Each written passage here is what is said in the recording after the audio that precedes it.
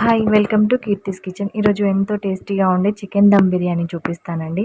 చాలా టేస్టీగా ఉంటుంది అండ్ సింపుల్గా కూడా చేసేసుకోవచ్చు. చాలామంది అనుకుంటారు చికెన్ బిర్యానీ అంటే ఇంత ప్రాసెస్ ఉంటుంది అది ఇది అని. అలా ఏమి ఉండదండి, చాలా సింపుల్గా చేసేసుకోవచ్చు, క్విక్గా చేసేసుకోవచ్చు అండ్ టెండర్గా జ్యూసీగా కూడా ఉంటుందండి.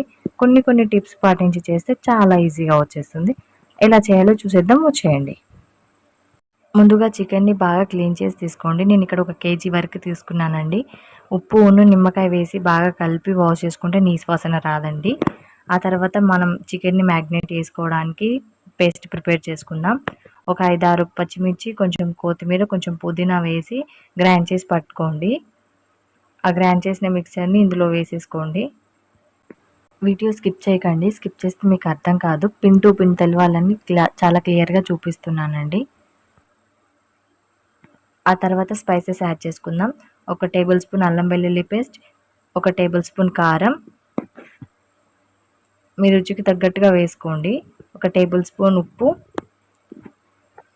కొంచెం పావు టీ స్పూన్ పసుపు, కొంచెం garam masala, 2 table spoon oil వేసుకోండి. అలాగే 1 చెక్క నిమ్మరసం కూడా తీసుకోండి.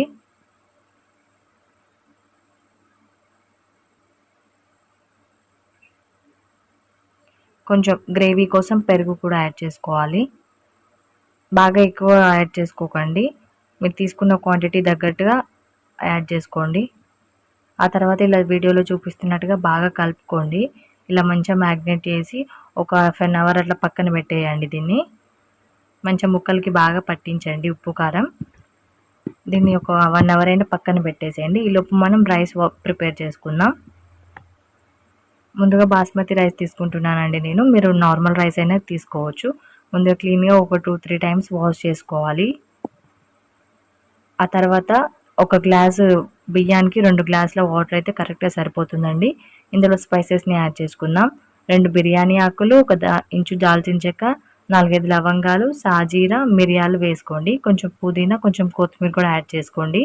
కొంచెం అల్లం వెల్లుల్లి పేస్ట్ వేసుకోండి.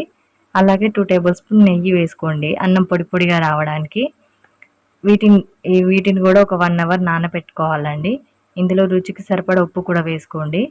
ఇప్పుడు మనం ఫ్రైడ్ ఆనియన్స్ చేసుకోవడానికి ముందుగా ప్యాన్ పెట్టుకొని అందులో 1 టేబుల్ స్పూన్ గీ, 1 టేబుల్ స్పూన్ ఆయిల్ యాడ్ చేసుకోండి.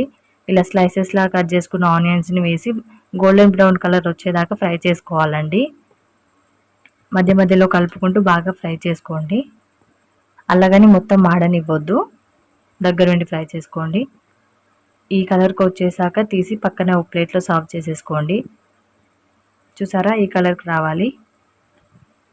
ఆ తర్వాత అదే ప్యాన్లో మీకు ఆయిల్ సరిపోకపోతే కొంచెం యాడ్ చేసుకోండి. ఇందాక మనం బగారాలో యాడ్ చేసాం కదా స్పైసెస్ అన్నీ, అవే ఇందులో కూడా యాడ్ చేసుకోవాలి. బిర్యానీ ఆకు, లవంగాలు అవన్నీ అలా లైట్గా ఫ్రై అయిన తర్వాత మనం మ్యాగ్నేట్ చేసి పెట్టుకున్న చికెన్ ఉంది కదా, అది యాడ్ చేసుకోవాలి. ఇందులో ఫస్ట్ హై ఫ్లేమ్లో పెట్టి ఒక 2-3 మినిట్స్ ఫ్రై చేసుకోవాలండి. చికెన్ ముక్క తొందరగా ఉడికిపోతుంది ఇలా ఫ్రై చేయడం వల్ల. ఆ తర్వాత కొంచెం పుదీనా, కొంచెం కొత్తిమీర కూడా యాడ్ చేయండి. ఇలా వాటర్ రిలీజ్ అయ్యి మంచిగా చికెన్ కుక్ అవుతుందండి. మూత పెట్టి ఉడికించుకోవాలి. ఇప్పుడు 2 మినిట్స్ ఫ్రై అయిన తర్వాత మనం ఫ్రై చేసి పెట్టుకున్న ఆనియన్స్ ముప్పావు వంతు వేసుకొని ఫ్రై చేసుకోవాలి. ఇందులో బాగా మిక్స్ చేసుకోండి.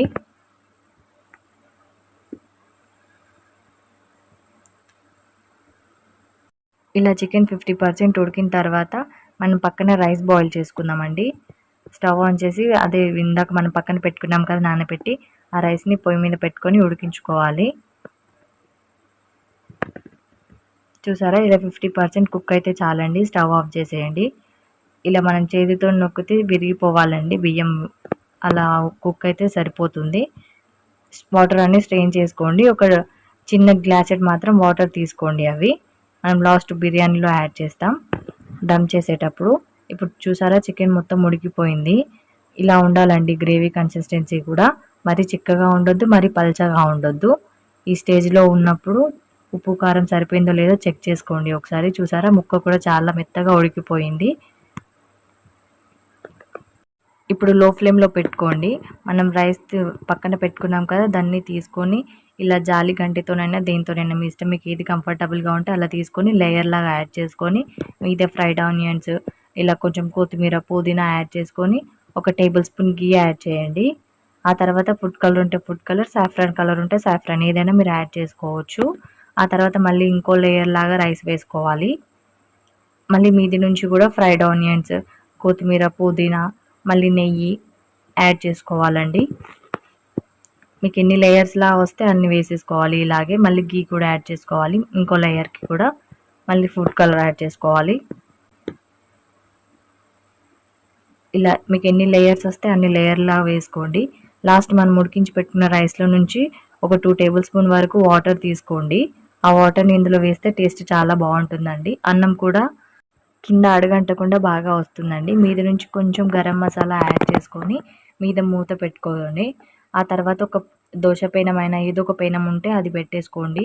అది ఒక 5-10 మినిట్స్ హై ఫ్లేమ్లో పెట్టి అది హీట్ అయిన తర్వాత దానిపైన మనం బిర్యానీ చేసుకునే గిన్నె ఉంది కదా, అది ప్రిపేర్ చేసుకున్నది అది పెట్టేసుకొని దాని మీద ఏదైనా బరువు పెట్టుకోండి.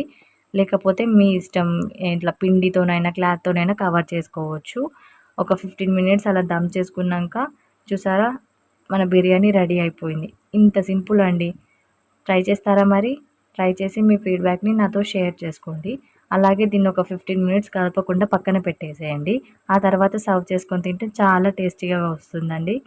మరి వీడియో కనుక మీకు నచ్చినట్లయితే లైక్ చేసి, షేర్ చేసి మరిన్ని వీడియోస్ కోసం మన ఛానల్ని సబ్స్క్రైబ్ చేసుకోండి. Thanks for watching. బాయ్.